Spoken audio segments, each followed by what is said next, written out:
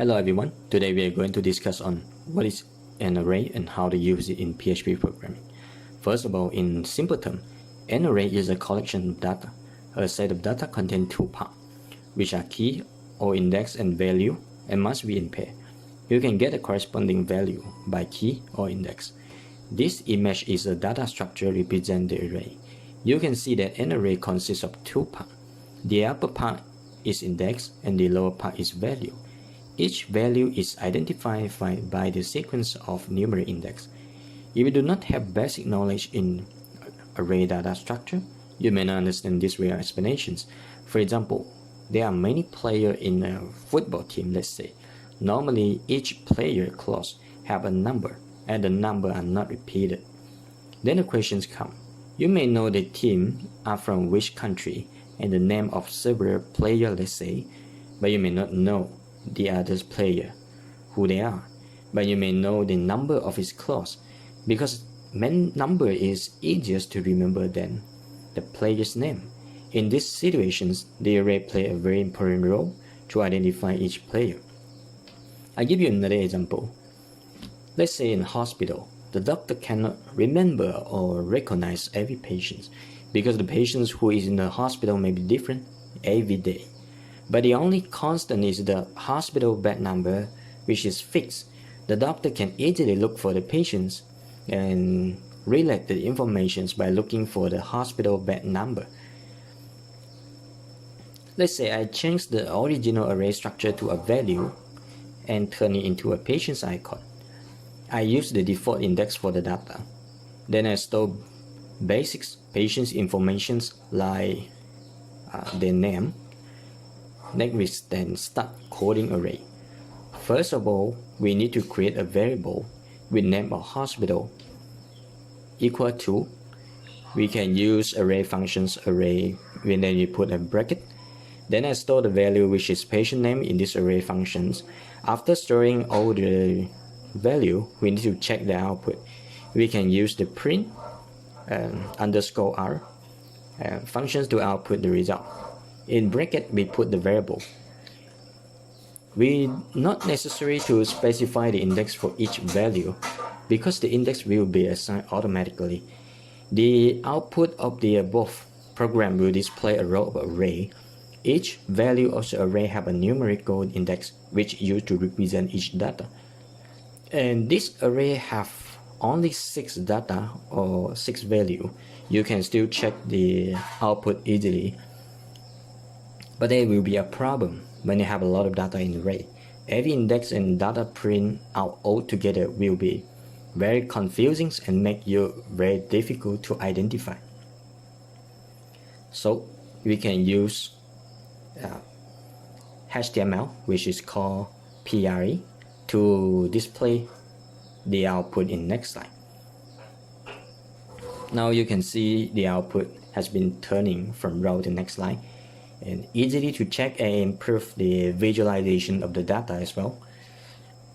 We can also call this array as index array, which only use numeric index to represent the value. Next, we need to print only a single data, because in many situations, output all of the data is not necessary. Therefore, we can use echo to print the selected data, put a square bracket to declare the index. For example, I put 0 index. The output is John, which is only the first data. Or we can print the data in a sentence. We type the sentence in string. Let's say results show. Next, we need to put a dot. Dot here, it seems like a connection between string and the data. Then the program will look like results show John. In addition, there is another method to perform the same way as the previous one. First, we need to create a variable as well. Assigning array element, we are using square bracket to add array elements. First of all, we need the same variable followed by a square bracket, which is equal to the name of the patients. For the following data, I just copy and paste. Then we will still get the output same with using the previous method. If by default, the index will automatically start from 0, then followed by 1, 2, 3 in sequence. But you can also manually assign index for the data. Let's say I assign the original index to each data. They will display no changes on the output. Now we extract the original index in first column, then I make random changes for 2 index in second column, which I change from 1 to 10 and also 4 to 40, and remain no changes for the rest of the index. Then we purposely leave blank for 2 more index by removing the original index. Now the final index will look like 0, 10, blank, 3, 40, and blank again. Okay, now we replace the original index to the modified index in program. Okay, now the output will become 0, 10, 11, 3, 40, and 41. Why would not get 2 and 5 for the blank index? Let's see the difference between 2 output.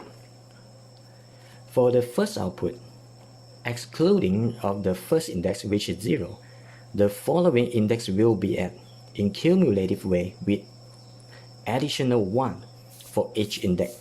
Actually, there are 6 values, but you will get index up to 5 only. Next, we look for the second output. Since we have changed 1 to 10, then the following index will automatically plus 1 to the integer to become 11. Same as 4 become 40. The next index of course will become 41.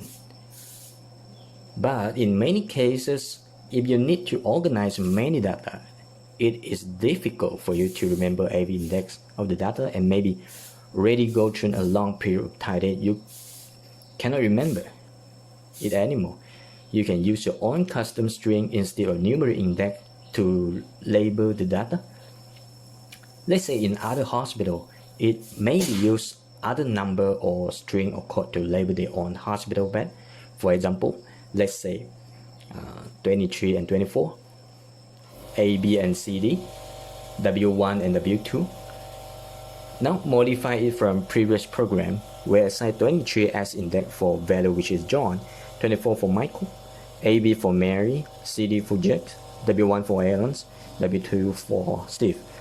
Now we display the output. The original index has been changed to our custom index. This is also what we call associative array. The index can be either numeric or string index. In order to display only first data, the square bracket here we assign 23, which represent John's and also in sentence. For another way, I also just copy and paste the index. You will get the same output, same with the previous one. Let's say it again. The data like hospital bed number and only store patient name is not enough. We need to have more data in array for documentations, let's say. In this case, we can add extra 2 more data for each patient, including identity card and blood type.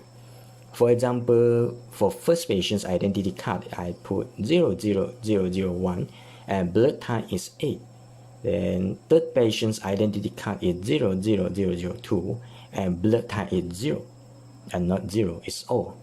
Now we go back to the program. On the patient array, we add on one more array, we put identity card equal to 0001 and the second is blood equal to 8.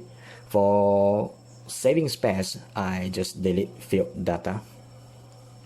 And remember, don't forget to add on array functions for second patient. Okay, done. Now check the output. The first index becomes 23. Second index becomes John. The following become identity card and blood. This array structure we can call it multidimensional array.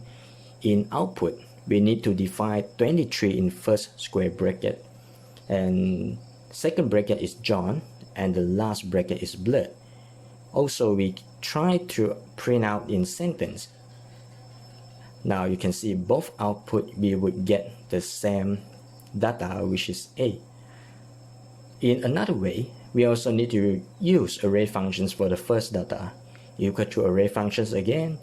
In bracket, we assign in identity card and blood. One more array functions for the second data. Then also I delete the last 4 data for saving space. So you will still get the same output. Okay. Thanks.